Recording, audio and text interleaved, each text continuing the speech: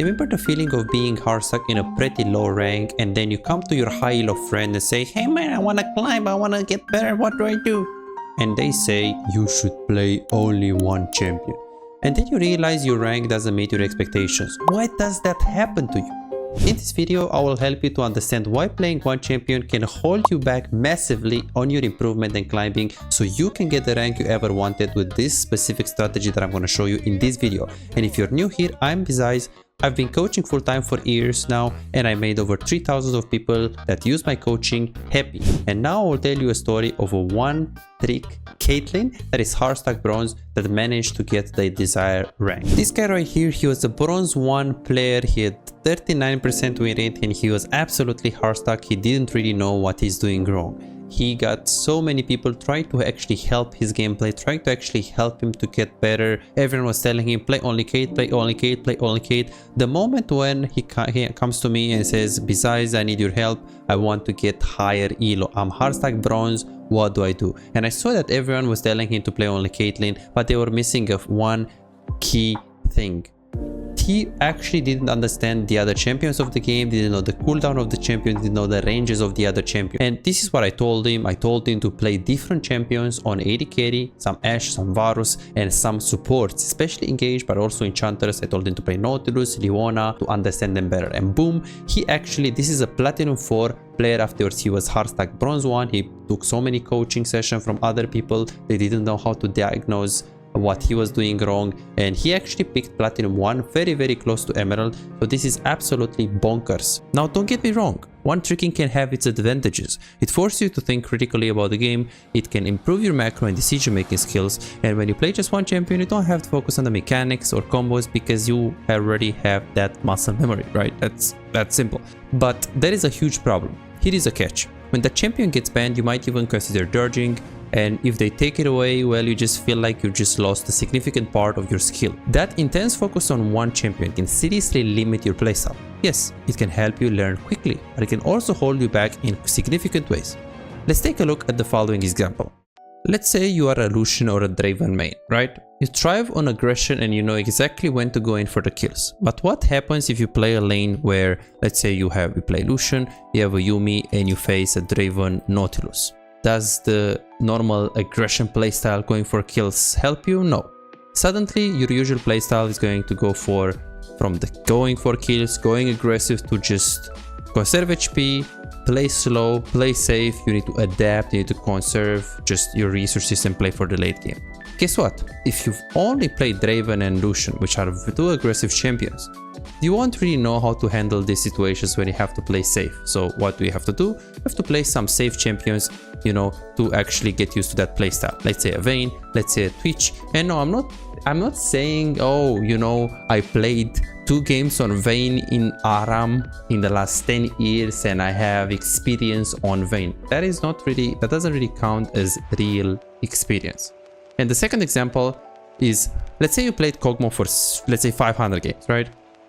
Easy. You played this champion so much and you have a support like Lulu or Thresh. How can you play the lane correctly without knowing the strengths and weaknesses of your ally? Your ability to succeed in the lane heavily relies on your understanding on 1, the allied support and how he wants to play the game. 2, your champion, like you need to know your champion, but let's say you already know it. So you have to know the enemy champion and enemy support as well. So you have to know your super, enemy carry, and enemy support dynamic. If you never played this champion, or you rarely play, or you just didn't actually have real experience, it's very difficult for you to understand what they do.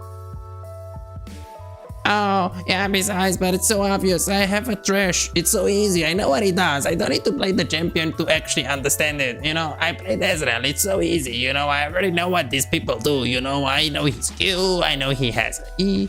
Well, let me actually do a quiz for you, and I guarantee you won't know most of the answers of the question. If you don't know more than 50% of these things, then you are in trouble. That means your game understanding is not there quite yet. So let's take a look at the quiz. So the first champion that we're gonna practice is the Karma. So here we're actually gonna see exactly if you know the cooldowns of the abilities of Karma and if they matter. Obviously, when you play the lane, her throwing a Q, she has 9 seconds, so you probably like know this. Maybe you say it's 10, maybe you say it's 6, so it's 9 seconds. So what I want to see is the cooldown of the R. Because this matters a lot. If she uses the R in the laning phase and she like pokes you with the R, that's gonna be a significant poke and you wanna know how to play around it. So I'm asking you, what do you think? Is it a 20 seconds cooldown? Is it a 15 seconds cooldown? Is it a 30 seconds cooldown? Or is it longer than 30? What do you think? So it's actually a long cooldown. It is a 40 seconds cooldown. And I guarantee you most of the people that watch this video, they don't know this. And this matters a lot because if you play against a Karma and she uses Mantra Q, you have 40 seconds to really play around it. Again, if you said it's 30, you should be fine. But if you said it's lower than 30, then you're in big trouble because you won't know how to exploit these cooldowns inside of your game. Another thing is the Q hitbox of the Karma. Pay attention to this, what I'm going to show you right now. So the most important thing when you play against this champion is not stay close to the minion, because if I hit the minion, there is many cases where it hits you. And as you can see, the distance between the minion and the dummy is actually small. Obviously, when I'm actually going to do the Mantra Q, let's say I do Mantra Q on this minion, guess what? It actually goes, it's super close to go as well on the dummy. So let's pay attention to this Mantra Q range. So just pay attention, if I hit the first minion, I'm going to stay max range and hit the first minion. It immediately goes on the second minion as well. So if you really count that and take that into consideration, she's actually going to be able to hit Q on the minions, as you can see, and on the dummy as well at the same time. Does this matter?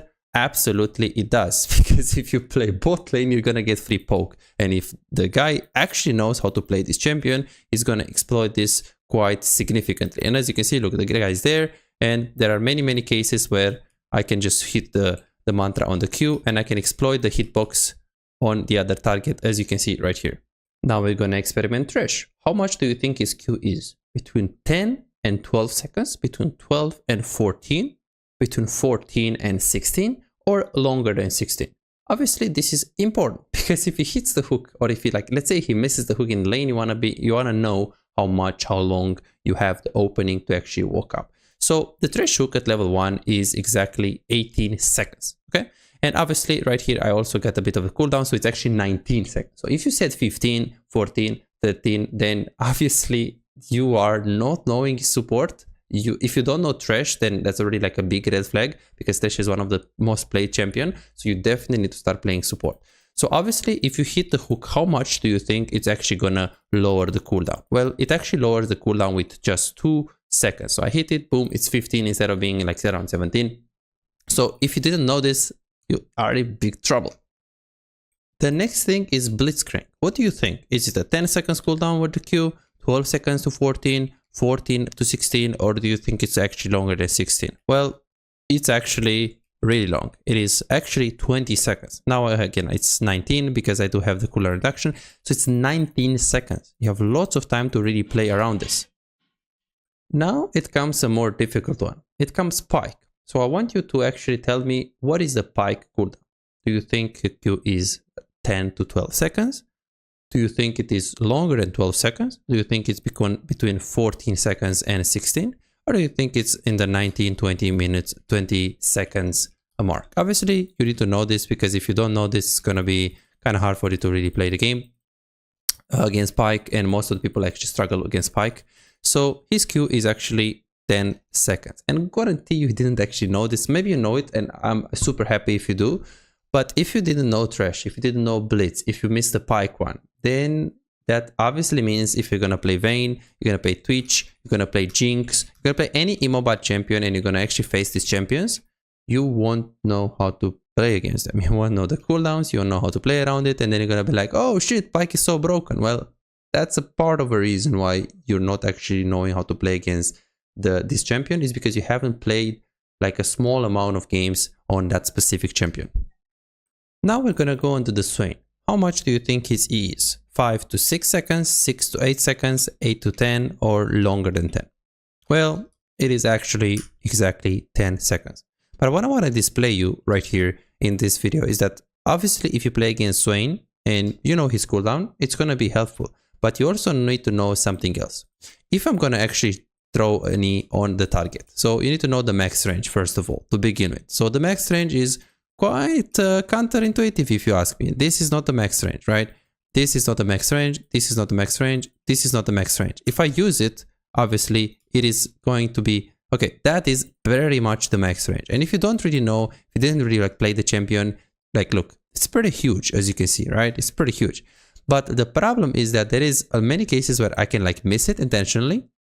But what you need to see is that if I hit the minion, as you can see, it goes on that target as well. Do you actually pay attention to that? I'm actually throwing it on the minion, but because I'm hitting it on the minion, it actually goes, it can go like really easy on the target. Again, let me repeat it so you can actually see. The guy is behind, I'm not going to actually reach him, but let's say I do an angle where I actually, okay, let's see. Let's say I try to hit the minion and then boom, did you see that? It actually hits the minion. Look, I'm going to aim for the cannon, but guess what? It actually goes longer on the minions, through the minions. If you don't know this, you're obviously going to have absolutely no idea how to play against this champion. And I know that there are so many people in the chat that's like, oh shit, I didn't know this thing. Well, yeah, you need to play this champion and to know it. You need to get the real experience. You can't be like, oh, but I know what Blitzcrank does. I know what Swain do, you know. Well, do you struggle against Swain? Yes, I lose every game against Swain. Okay, then play it. Play Swain, 2 games, whatever, normal games, flex queue, against bots even, literally. It's gonna help you so much. And again, these are basic champions. I didn't actually quiz you with Hui or quiz you with like a crazy hard champion like Aphelios. These are simple champions, right? Swain, like Thresh. Come on, if you didn't know this, then definitely you should really consider like changing your approach.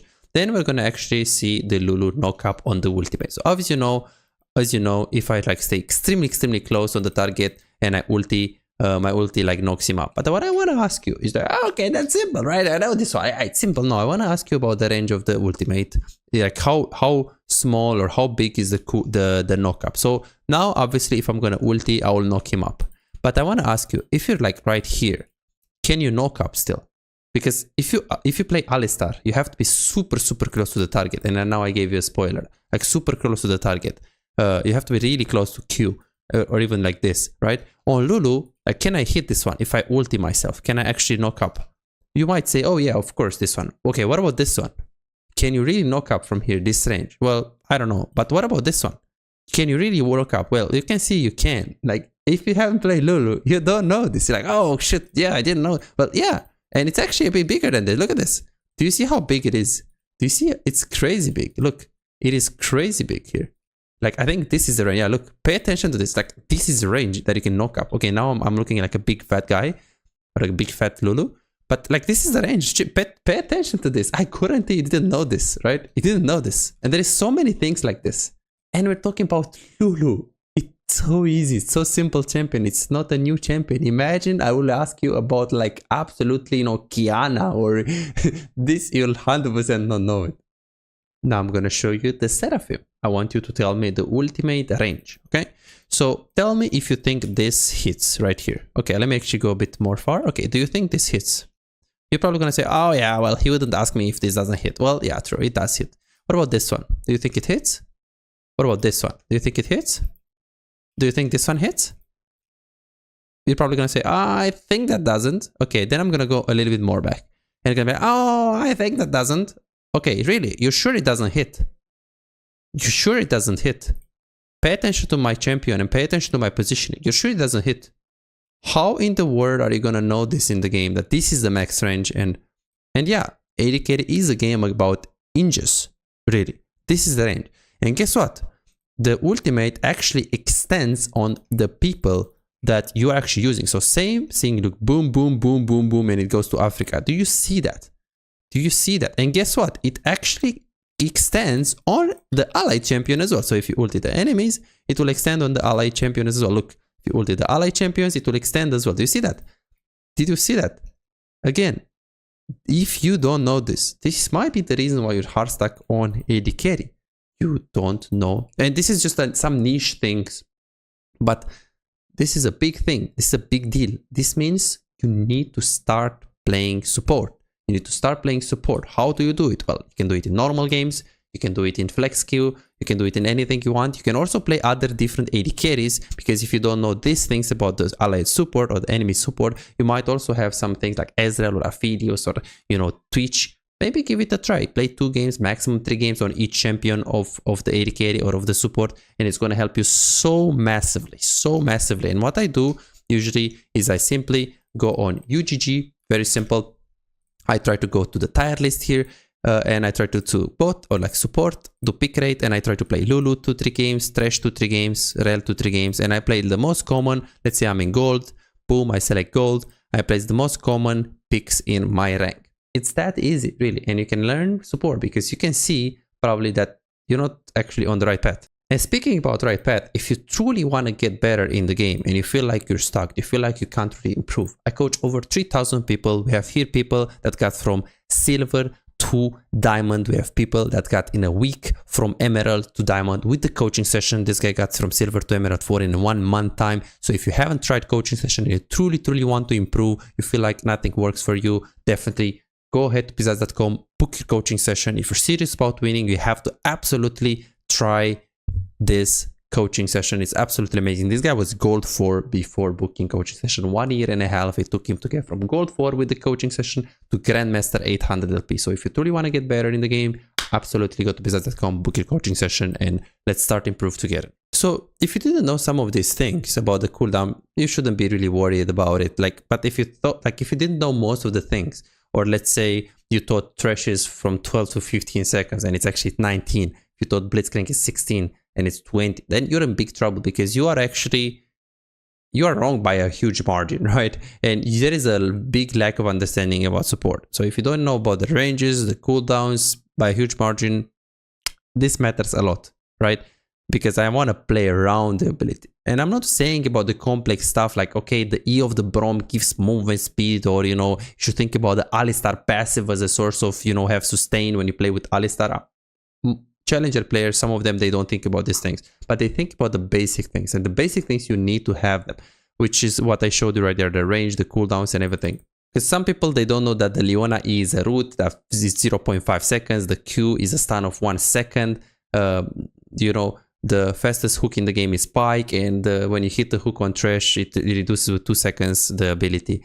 This is not something that you need to absolutely know it, right? But the basic understanding, absolutely need to know it. So the best approach, this is my type of champion pool that I recommend to you. So the first champion pool is what I call a 60-20-20 champion pool. This is a champion pool that you can play 3 champions. 60% of the times you play your main. Let's say I main Vayne, or let's say I main Lucian.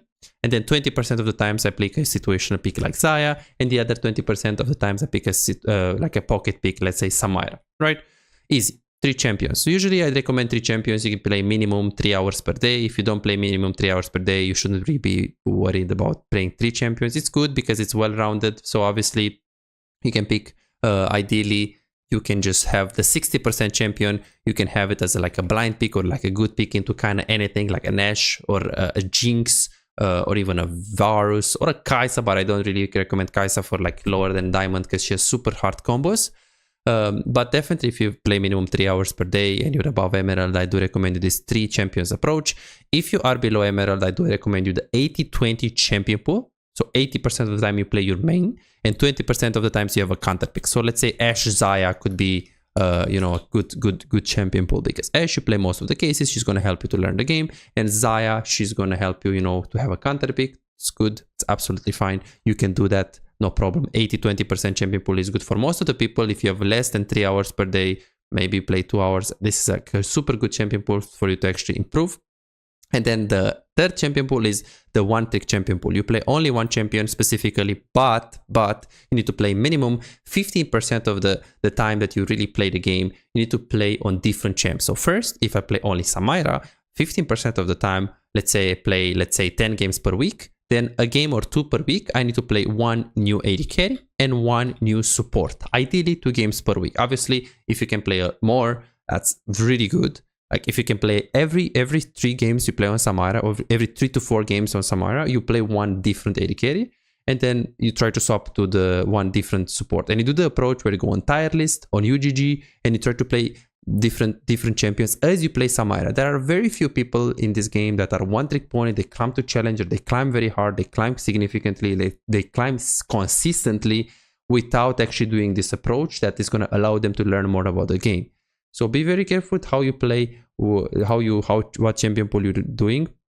Obviously, the avoid list for champions is the following. I don't recommend you to play Kaisa if you're below Emerald. She's extremely fun, but she has so many complex combos, and sure, if you can browse it on the internet, you know, like watch 2 hours of content and like practice all the combos, and you know the combos, she can be good. If you can afford coaching and you want to, you know, play a fun champion and get coach, I can teach you these things, that's fine. But usually most of the people that I coach on Kaisa, they are a bit hard stuck and they need a bit of help. So that personally, I don't recommend it. Of course, if you have fun on her, absolutely no problem. She's absolutely so fun. But in terms of improving climbing and everything, not something that I would recommend. Jhin, I wouldn't recommend it to you. He's absolutely good. He's good in the meta. He's a nice champion, but I don't recommend you champions like Jhin or Ezreal, or champions that don't actually require you to have AD carry basic mechanics with kiting, with spacing. With this on Jhin, it's pretty straightforward. You're super useful from behind as well. You might win the games that you're not actually supposed to win. So I do recommend you to avoid him. Or if you go for a 3 champion pool, you pick Ashe, like an on-hit champion, pick Jinx, and then Jhin is the third. If you have it as a secondary or the third champion, it could be good.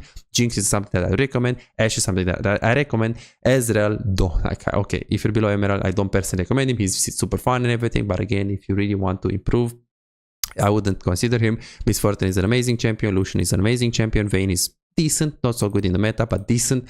Smolder, don't play Smolder. Samira, don't play Samira. Aphelios too hard. Draven too hard. These are champions that you play only them, but even when you play them, you're gonna need a bit of help. You're gonna need to play different champions. So it's an approach that I don't recommend. But if you like Aphelios, you're in the chat, you're like, oh, but I'm main Aphelios. What did this guy say? Yeah, okay. If you're main Aphelios, then do it. You know, no problem. Do it. No problem. Really, like, do it. Remain Aphelios, play only Aphelios, play different champions as well in your free time, flex, normal games, bots, it's fine. Varus is amazing, Draven is not.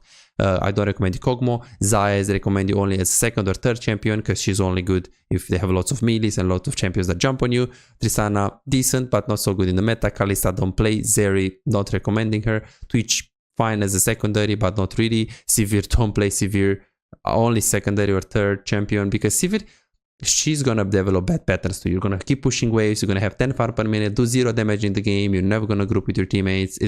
I see them all the time, right? Sivir mains, they just don't have good fundamentals below diamond. So these are champions that I recommend you. You can also go for mages, but I don't recommend you Seraphim or like mages in general, because you're not gonna learn much about the bot lane, wave management. So the champions that I recommend you is Ashe, Jinx, Varus, Miss Fortune, Lucian.